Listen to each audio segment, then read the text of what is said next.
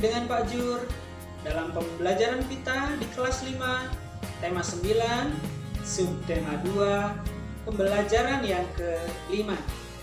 Bagaimana kabar kalian? Semoga sehat dan tetap semangat. Ingat, selalu gunakan masker jika hendak keluar rumah. Rajin mencuci tangan, hindari kerumunan. Semoga kita semua senantiasa dalam keadaan sehat. Baiklah, sebelum kita mulai pembelajaran hari ini, mari berdoa sesuai dengan agama dan kepercayaan masing-masing. Tujuan pembelajaran pada tema 9 subtema 2 pembelajaran yang ke-5. Ke-1, dengan kegiatan mengamati gambar iklan televisi, siswa diharapkan mampu menjelaskan informasi-informasi penting dan isi iklan dengan tepat. Kedua, dengan kegiatan berlatih menuliskan informasi-informasi isi iklan televisi dan internet, siswa diharapkan dapat menyimpulkan informasi-informasi penting isi suatu iklan dengan tepat.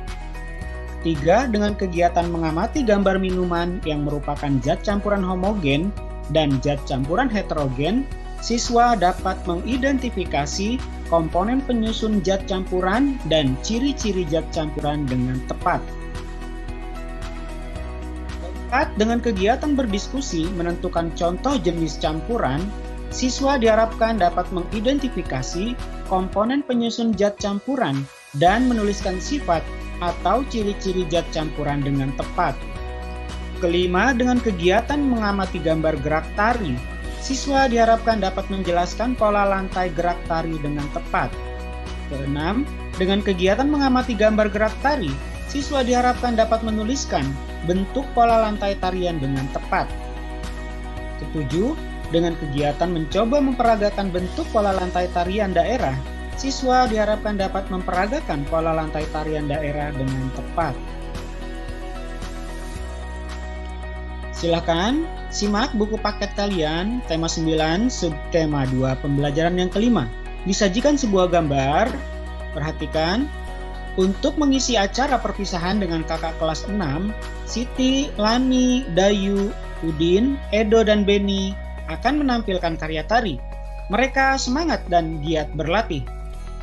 Pada hari Minggu, mereka berlatih tari saman di rumah Siti. Mereka berlatih dengan panduan kaset CD player. Ayah Siti yang kebetulan pandai menari mendampingi Siti dan teman-temannya berlatih menari. Mereka berlatih dengan semangat dan gembira. Ibu Siti senang melihat semangat Siti dan teman-temannya dalam berlatih gerak tari.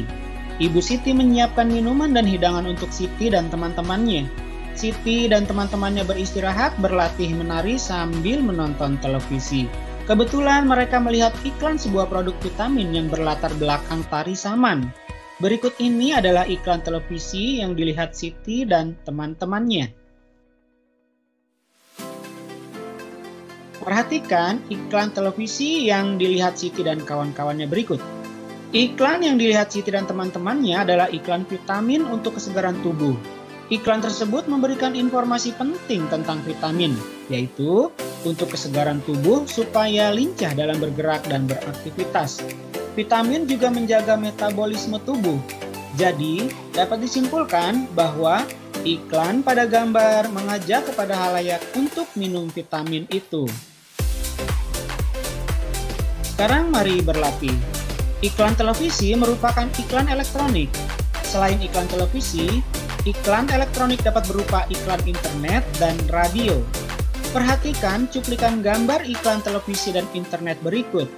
Buat kesimpulan informasi penting tentang isi iklan elektronik melalui media televisi dan internet berikut ini. Sebagai alternatif jawaban, berdasarkan gambar tersebut, dapat kita simpulkan bahwa iklan tersebut termasuk ke dalam iklan kesehatan. Iklan tersebut memberikan informasi tentang pasta gigi untuk menjaga kebersihan dan kesehatan gigi. Kemudian pada gambar yang kedua, bila kita amati, dapat kita simpulkan sebagai alternatif jawaban bahwa iklan tersebut termasuk ke dalam iklan kecantikan dan kesehatan. Iklan tersebut memberikan informasi tentang shampoo untuk menjaga kebersihan dan kesehatan rambut. Kemudian pada iklan yang ketiga, bila kita perhatikan dapat kita simpulkan bahwa iklan tersebut termasuk ke dalam iklan minuman. Iklan tersebut memberikan informasi tentang sirup rasa kelapa yang enak dan menyegarkan. Sekarang mari mengamati. Iklan pasta gigi, shampoo, dan sirup tentu sering kamu lihat, baik melalui televisi maupun internet. Benda-benda di sekitarmu seperti ketiga barang tersebut merupakan benda ekonomi. Mengapa pasta gigi, shampoo, dan sirup termasuk benda ekonomi? Coba kamu ingat, bukankah kamu membutuhkan ketiga benda tersebut dalam kehidupan? Itulah alasan pasta gigi, shampoo, dan sirup merupakan contoh benda ekonomi. 6 gelas sirup dingin dan 1 gelas kopi panas beserta makanan kecil telah selesai ibu siapkan. Ibu memanggil Siti untuk membantu membawa ke teman-teman Siti dan ayah. Siti segera membantu ibu menghidangkan minuman dan makanan kecil untuk ayah dan teman-temannya. Ayah Siti dan teman-temannya menikmati hidangan yang disajikan Siti dan ibunya. Tidak lupa teman-teman Siti mengucapkan terima kasih kepada Siti dan ibunya. Masih ingatkah kamu air sirup dan air kopi termasuk materi campuran? Tentu kamu masih ingat bukan? Termasuk campuran heterogen atau homogenkah air sirup dan air kopi? Ayo amati kembali. Gambar yang pertama, air sirup merupakan campuran atas 3 materi atau zat benda tunggal, yaitu air mineral, gula, dan sari buah, tergantung rasanya. Perhatikan campuran ketiga zat tersebut. Setelah dicampur menjadi air sirup, ketiga zat, air mineral, gula, dan sari buah tidak dapat dipisah-pisah lagi. Artinya, ketiga zat telah bercampur sempurna. Jadi, air sirup termasuk materi campuran homogen. Perhatikan gambar yang kedua.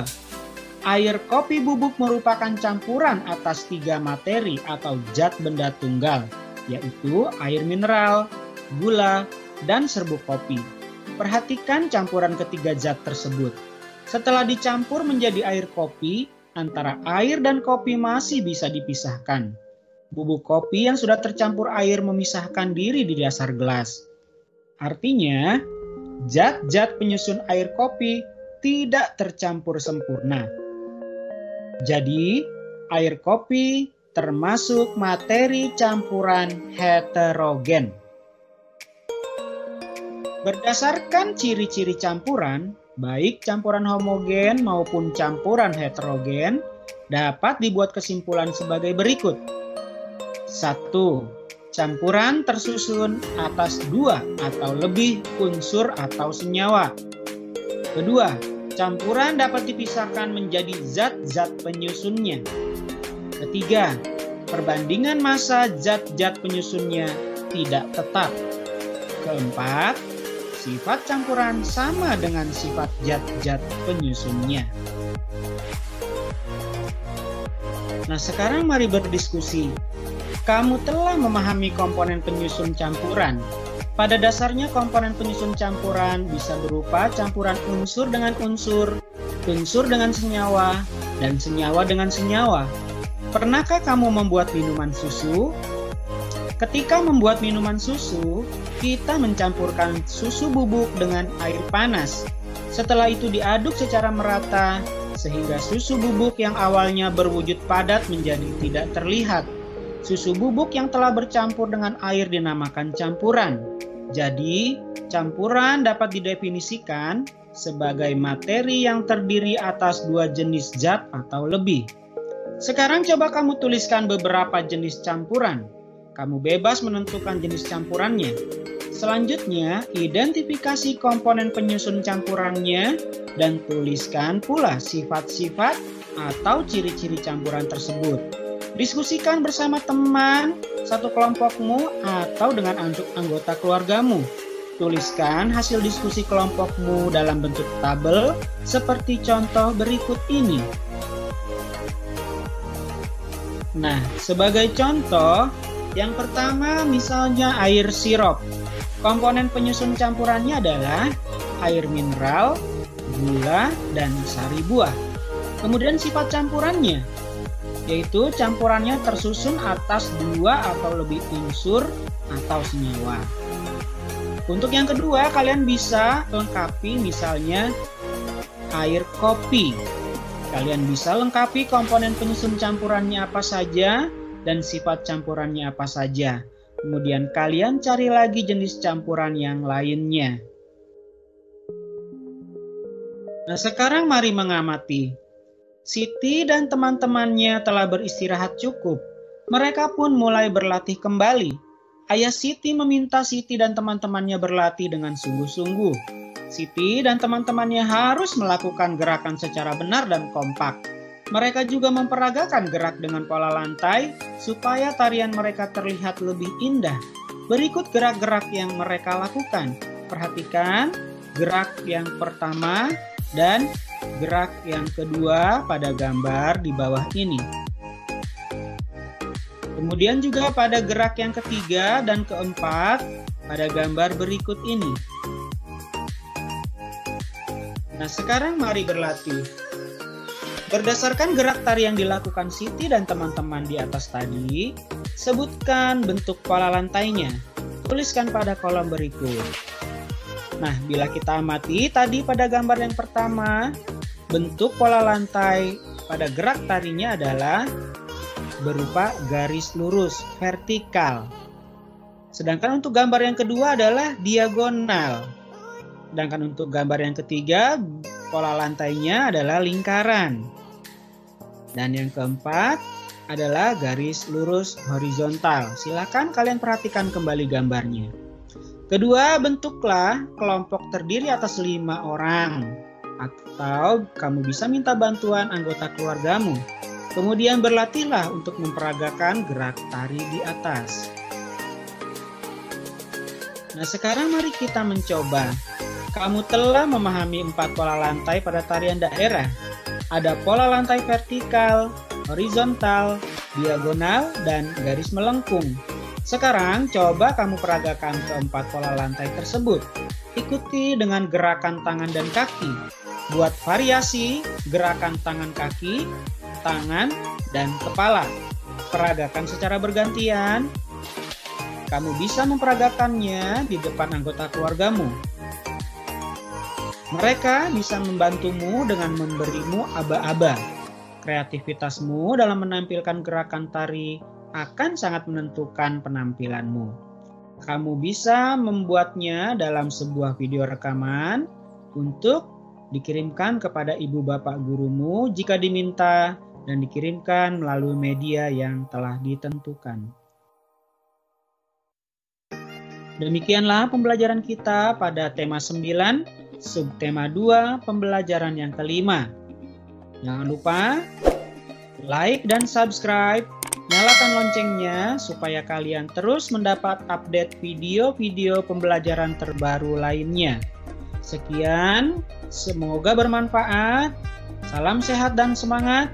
Wassalamualaikum warahmatullahi wabarakatuh.